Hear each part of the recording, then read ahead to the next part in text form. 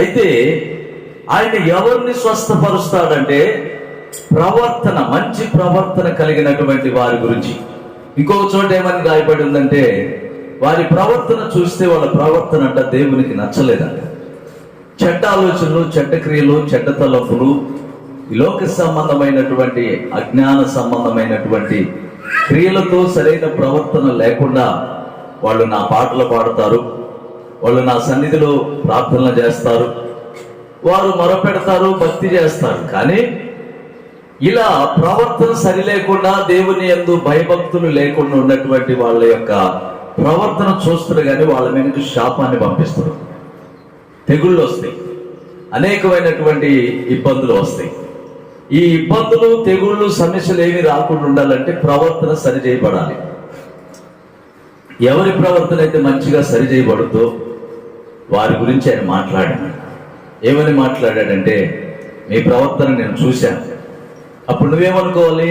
నా ప్రవర్తన నా యేసయ్య చూశాడు. అయితే నా ప్రవర్తనలో ఎక్కడా కూడా, భక్తిలో కానీ భయభక్తుల్లో కానీ ఎందులో కూడా నాలో తప్పిదం లేదు. అన్ని విధాలుగా ప్రభువుకి నా ప్రవర్తన కనబడుతుంది. నా ప్రవర్తన ఆయన చూస్తున్నాడు కనుక అప్పుడు నన్ను స్వస్థపరుస్తాడు అన్న నమ్మకం ఎవరికి ఉంటుంది? ప్రవర్తన సరిచేయబడిన వారికి మాత్రమే నా రోగానికి స్వస్థత, నా ఆలోచనలకి స్వస్థత, నా అలవాట్లకి స్వస్థత, నా నడకకి స్వస్థత, నా చూపుకి స్వస్థత, నా యొక్క విధానాలు, మాటలో కానీ, చూపులో కానీ, ఇనికిల్లో కానీ, క్రియలో కానీ, వస్త్రాల్లో కానీ, ఎందులోనైనా సరే ప్రతి దానిలో కూడా నా దేవుడు నా ప్రవర్తన చూశాడు. నా ప్రవర్తన అన్నింటిలో సరిచేయబడ్డది అన్న నమ్మకం నీకు లేకపోతే, బైబిల్లో ఒక మాట ఉంది, ఏముందంటే, మీ భక్తి మీకు ధైర్యము పుట్టింపదా. దేవునికి స్తోత్రం కలుగునుగా. ఏబు గ్రంథంలో ఏముంటుందంటే, మీ భక్తి మీకు ధైర్యం పుట్టింపదా. ఒకవేళ ధైర్యం పుట్టింపలేదంటే, ధైర్యంగా లేదంటే కారణం నీ భక్తి సరైనది కాదు. అందుకని దేవుని యొక్క బిడ్డలారా, మైకాపు చెప్తాను మీకు, ఇది అట్లా వస్తే ఆలోచన అడిపోతుంది. అందుకని దేవుని యొక్క బిడ్డలారా, బైబిల్లో ఒక మాట ఉంది, యెషయా గ్రంథంలోనే ఒక మాట ఏమని ఉందంటే, నా యందు, అంటే వాళ్ళు యెహోవా యందు భయభక్తులు కలిగినటువంటి వారంట ఐశ్వర్యవంతులు అంట. దేవుని యందు భయభక్తులు గలవారు ఐశ్వర్యవంతులు. దేవుని యందు భయభక్తులు లేనటువంటి భక్తి ఆయన వినడు, ఆలకించడు. దేవుని యందు ఎవరైతే భయభక్తులు కలిగి, జాగ్రత్త కలిగి, క్రమం కలిగి నడుచుకుంటారో వాళ్ళు దేవుని యందు భయభక్తులు గలవారు కనుక వాళ్ళు ఐశ్వర్యవంతులు. వాళ్ళ ఐశ్వర్యం ఎలా ఉంటుంది? వాళ్ళ మాటలో, వాళ్ళ యొక్క విధానాల్లో అన్నిట్లో కూడా పద్ధతిగాను, నీతిగాను, న్యాయంగాను, యథార్థంగాను, మంచిగాను, మనుగడగాను, మహిమకరంగా ఉంటుంది అన్నమాట.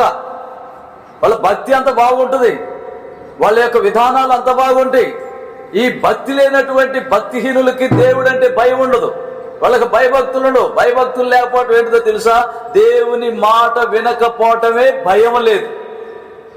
దేవుని మాట ఎవరైతే ఇని భయభక్తులు కలిగి ఆయన త్రోవల్లో నడుస్తారో వాళ్ళు ఐశ్వర్యవంతులని బైబిల్లో రాయబడదు. అలాగనే నీ ప్రవర్తన బాగుంది కనుకనే నిన్ను స్వస్థపరుస్తాను, నిన్ను నడిపిస్తాను. ఎక్కడికి?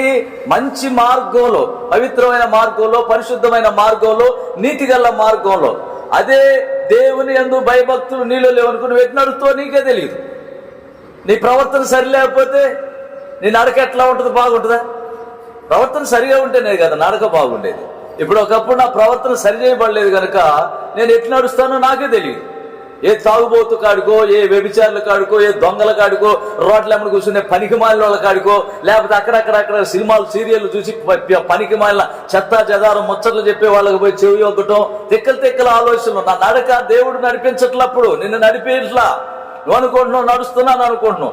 నువ్వేదో ఆదివారం నడుస్తారు వాళ్ళు, ఆదివారం వరకే నడుస్తారు, తర్వాత వాళ్ళ ఇష్టం. అలాంటి వాళ్ళు భక్తి దేవునికి ఇష్టం ఏముండదు, అది సరైన భక్తి కాదు. భక్తి అంటే ఏంటంటే బైబిల్లో చాలా క్రమం కలిగి ఉంది. దేవుడు మోషేతో మాట్లాడాడు. ఏమని మాట్లాడాడో తెలుసా? ఇదిగో మోషే, చదవండి కావాలంటే ఆ మాట.